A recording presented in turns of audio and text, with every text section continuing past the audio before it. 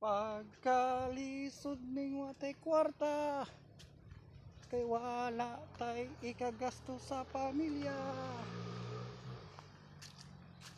May mga bata pang di pa eskwela, may kinder, high school ug may college pa.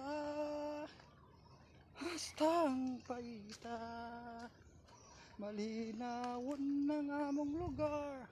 Ang problema dinhi kay walay signal, kinahanglan mo sa kakasabuntod. Mahanawag ka, mag-FB ug mag-YouTube. Pagkalisod sa agianan, usahay manaligid sa dalan, para lang makommunicate, tungas bisan og ngit-ngit.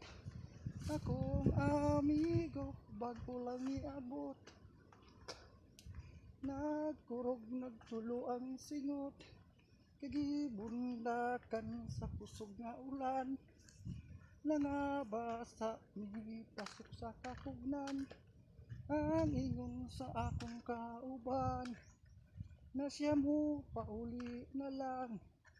Apan ang ulan kalit na wala, is online bisag basa.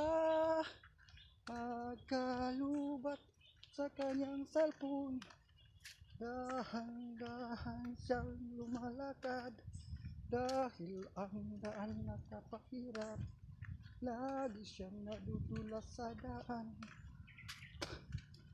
Kahit na mahirap aakyat ang aking kaibigan, siya'y basang-basa ang katawan. Pero sa kanyang dinaanan, masaya siya dahil takang pamilya niya. Ang hirap talaga ng walang signal, dahil ang klase online at modular. Mayroon pang relasyon LDR, wala pa'y signal.